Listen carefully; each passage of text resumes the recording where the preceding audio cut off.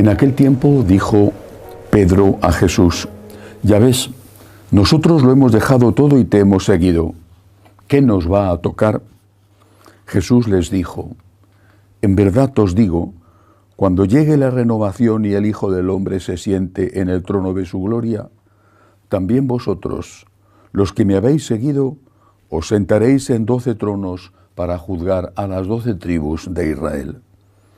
Todo el que por mí deja casa, hermanos o hermanas, padre o madre, hijos o tierras, recibirá 100 veces más y heredará la vida eterna. Palabra del Señor. Gloria a ti, Señor Jesús. Hoy celebramos la fiesta de San Benito, patrono de Europa, fundador de los benedictinos y uno de los hombres más importantes y decisivos, no solamente en la historia de la Iglesia, porque fue el fundador del monaquismo occidental, sino también en la historia de la civilización. Hay que situarse en aquella época para entender lo que supuso San Benito. El Imperio Romano había quedado destruido, y no solamente destruido porque a un rey se le pone otro rey, a una dinastía otra dinastía, una dinastía local que sustituida por una dinastía extranjera, sino porque había quedado literalmente arrasado. Las ciudades estaban, la mayor parte de ellas, en llamas, la gente vivía sobre todo en las montañas, en lugares fortificados que podían tener menos importancia y que por eso estaban más protegidos. El comercio estaba interrumpido porque no había seguridad, incluso las cosechas ni siquiera se producían debido a que venían las rapiñas cuando estaban a punto de recogerlas o cuando las acababan de recoger. Era una situación horrible. En medio de ese mal, en medio de esa destrucción, el Señor suscita la esperanza. Dios no se deja nunca vencer por el mal. Nunca. El bien siempre vence al mal. Lo mismo que Cristo resucita. También de aquellas ruinas surgió lo que después se llamó la Europa cristiana. Y este hombre, San Benito, fue, si no el único protagonista, sí el principal protagonista. Hijo de una familia noble, los Anicio, de una familia que hundía sus raíces en el ya desaparecido Senado romano. Nació en una pequeña población de lo que hoy es la región de la Umbría, no muy lejos de Asís, no muy lejos, sino muy cerquita de Cascia, donde después, siglos después, nacería Santa Rita. Nació en Norcia, pero pronto tuvo que dejar su casa, era muy joven, fue enviado a Roma a ver si lograban estudiar algo en aquel caos que era ya la ciudad. Se cansó de Roma, se regresó a su casa y decidió emprender una vida completamente entregada al Señor. En uno de los montes de los Apeninos que bordean por el norte de la ciudad de Roma, está el monte Subiaco, y allí verdaderamente en un despeñadero escarpado, en una cueva, decidió empezar su vida de consagración. Curiosamente está muy cerca de las ruinas de una de las villas de descanso de Nerón.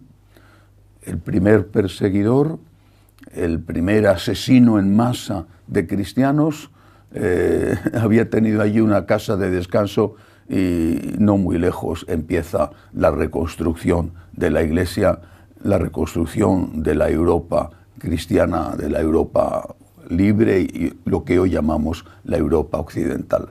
Es una curiosidad, pero que es muy simbólica. De las ruinas surge la esperanza, porque Dios no se cansa nunca de hacer el bien. San Benito empieza la fundación allí de lo que más tarde será la importantísima Orden de los Benedictinos.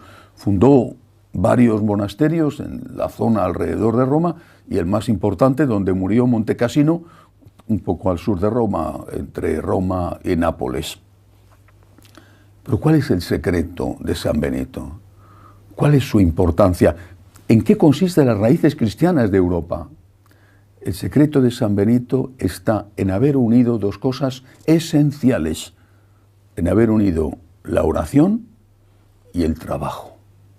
Eso es Europa. Europa no es trabajo. Y Europa no es tampoco solo espiritualidad. El Oriente que entonces era todavía muy poderoso, aún le faltaban 1000 años a Constantinopla para ser conquistada por los musulmanes. El Oriente cristiano insistía mucho en la liturgia, insistía mucho en la espiritualidad, pero no insistía tanto en el trabajo. Son dos formas de ver la vida. En cambio, San Benito dice, aquí hay que rezar, pero también hay que trabajar. El Oriente no estaba en ruinas. El Occidente cristiano, la Europa occidental, estaba en ruinas. Había que trabajar. Y San Benito eso lo entiende, y entiende que si no se reza, el trabajo no fructifica. El trabajo solo no sirve. Pero si no se trabaja, la oración se convierte en sentimentalismo, no es verdadera espiritualidad. El lema, aunque dicen que lo acuñaron más tarde, pero el lema de San Benito, de los benedictinos, ora et labora, reza y trabaja, fue el lema sobre el cual se construyó la Europa cristiana. La Europa de las catedrales, la Europa de los grandes santos, reza y trabaja. Ellos, los benedictinos, lo hicieron desde el principio. Trabajaron en lo que era entonces su trabajo. No había grandes fábricas, no había fábricas de automóviles o siderurgias. Había el trabajo del campo. Mucha gente lo había abandonado. Ya incluso se había perdido en buena parte de Europa hasta la cultura de cómo había que trabajar el campo.